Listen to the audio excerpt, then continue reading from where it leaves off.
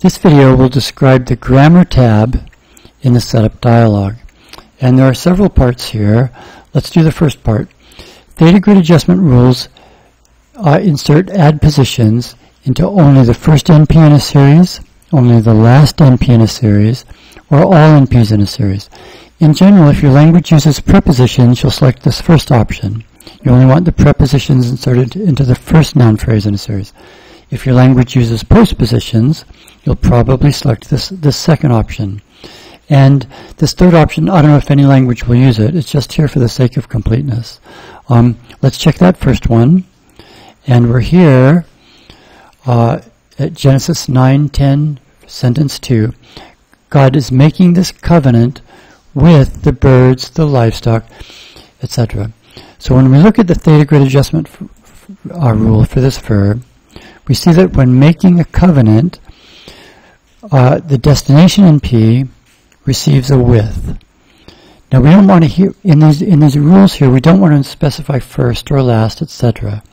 We do that once, and that's in the grammar setup dialog that I just showed you. Here in the theta grid adjustment rules, we're not concerned about first or last, etc. So right now, it inserts with into the destination NP. And when we execute this,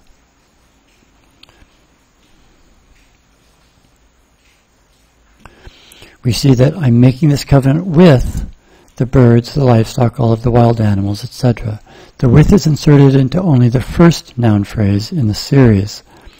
If we come here and we check only the last NP in a series, now we don't change the theta grid adjustment rule at all.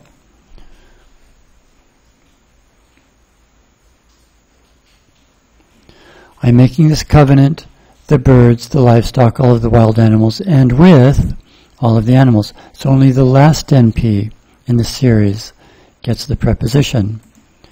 If we come here one more time, all noun phrases in a series. Now when we generate the verse,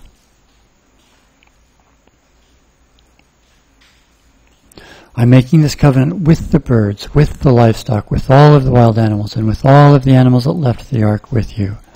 So you have those choices. And again, if your language uses prepositions, you'll probably choose that first one, like English. Another one for theta grid rules. Theta grid adjustment rules insert add positions into NP rels only when explicitly specified. So let's go to another example. Clauses 127. The man that John gave a book to saw Mary. So we want a to in this preposition phrase, in this NP rel. So when we generate this,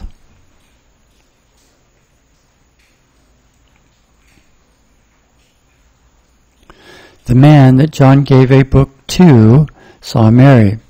So the theta grid adjustment rule for give inserted the to even though we didn't specify that it's an NP rel. If we check that box, so we'll go back here. Now if we check this box, theta grid adjustment rules insert add positions into NP rels only when explicitly specified. Okay, our rule doesn't explicitly specify NP rel. So now when we generate the verse, there's no preposition to. If we want that now, we need to go to the theta grid adjustment rule, and the best way would be to say copy the structure, and now we'll explicitly specify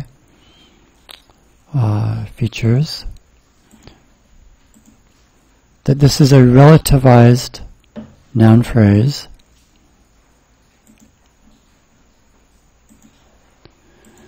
So for this particular verb give, if the NP rel is the destination NP, we still want a preposition inserted into it. And now we'll see that the to occurs in the destination NP. The man that John gave a book to. So it's up to you in your language. In general, we leave that unchecked. Okay? The next one. Delete all constituents modifying pro, big pro. Big Pro means, that's a term used by linguists, means syntactically active but phonetically null. For this example, let's go to clauses 19:3-1. Lot begged the angels to come to his house. So in the semantic realm, we have Lot begged the angels. Then what did he beg? He begged the angels to come to his house. So there are two occurrences of angels.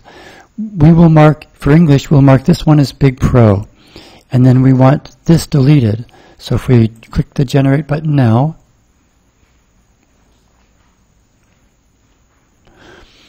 but Lot begged those angels to come to his house.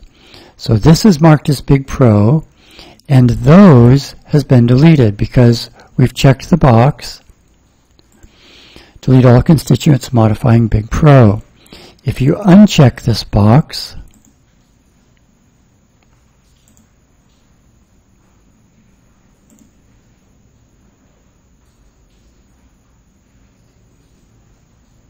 but Lot begged those angels, those, to come to his house. You probably want to check that box. This saves you from writing a rule. In general, when a noun is marked as Big Pro, you want to delete everything that modifies it. So, in general, you'll want to check this box. And by the way, you can see the character for Big Pro by clicking the feature set, going to nouns, going to surface realization, and there's Big Pro. Let's go to the next one. When closing a grammar rule, prompt for grammar topics. This is a good idea to check this box. We'll check that box, and now let's go to the here. Let's go to this rule. Okay, there are no grammar topics. Grammar topics are useful in two places. First, you can search the grammar based on grammar topics, and secondly, you can export your grammar based on grammar topics. I'll show you both of those in a minute. But it's a good idea when you're writing a rule to assign grammar topics to the rule. If we don't do that, and we've checked that box, then when we click the OK button, you haven't specified any grammar topics for this rule. Would you like to do that now? And it gives us a reminder. So this is a morphophonemic rule. It deals with articles. It deals with morphophonemics. So we'll check those two grammar topics. And now when we say OK, it'll close the rule. If we uncheck that box, when closing grammar rule, if we uncheck this, then when we close a rule, okay, this rule doesn't have any grammar topics. When we close the rule, it won't prompt us. So it's up to you. It's a good idea to be disciplined and assign your rules to grammar topics. As I mentioned, there are two reasons. Number one, you can search your grammar. Search the grammar for grammar topics. And let's say we want to find all the grammar rules that are related to articles. So now it searches the grammar, and there's that rule that we just looked at that we assigned to articles. So you can search your grammar based on grammar topics. The other reason that it's a good idea to include topics, grammar topics in your grammar rules, is because when you export your grammar, it's very nice to export them and have it organized by topic. When you're done with your language project, if you want to export your grammar so that you can develop it into a grammar sketch of your language, you can export your grammar, and it's very nice to export it by topics. So it's a good idea. It does take discipline, and it adds a little bit of time each time you're writing a rule, but it's a good idea to check that box.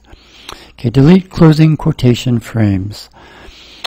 In some languages, after there's a long monologue, the listeners like to be reminded who was saying that. For example, at the end of the Sermon on the Mount, people like to be reminded that it was Jesus who was talking. Let's uncheck this.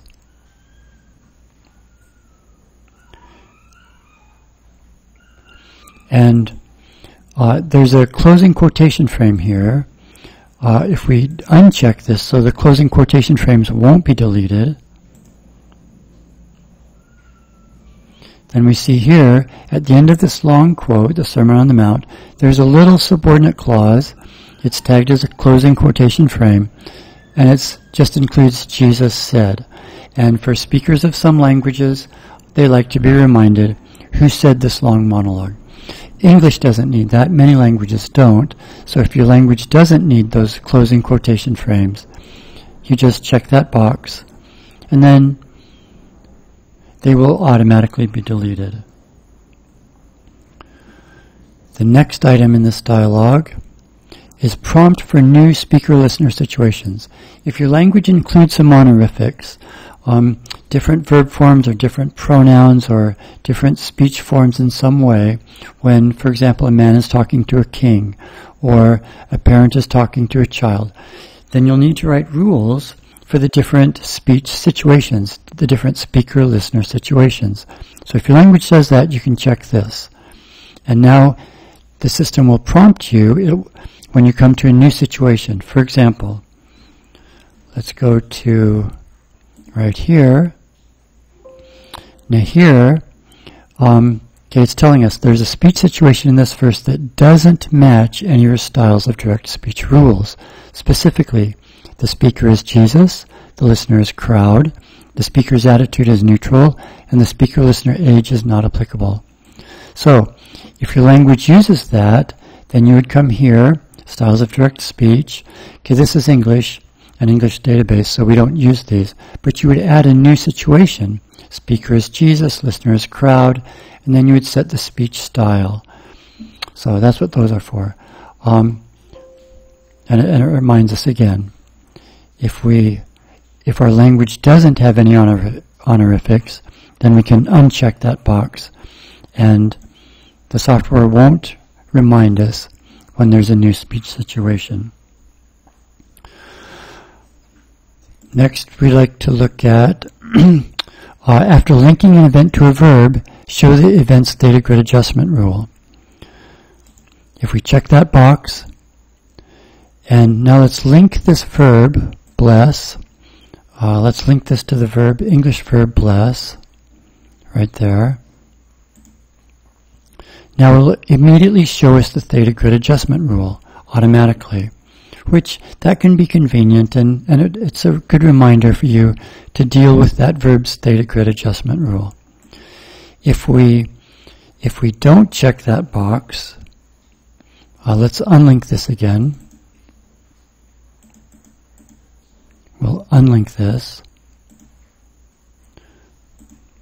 Okay, now if we uncheck this box, then after linking an event to a verb, it won't show us the theta grid adjustment rule. So now we'll link it, and we won't see the theta grid adjustment rule.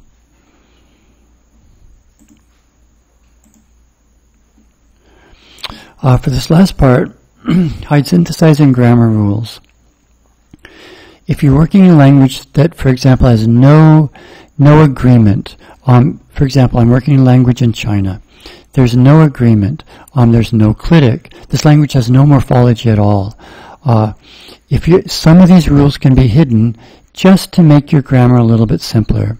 For example, we can check all of these. Okay, right now we have all of these rule types. If you look over here in the grammar, if we check those to hide them, then now all of these 4 types of rules are hidden, and it just simplifies your synthesizing grammar a little bit. If you uncheck these, then they're shown again. So that's what the grammar tab in the setup dialog is for.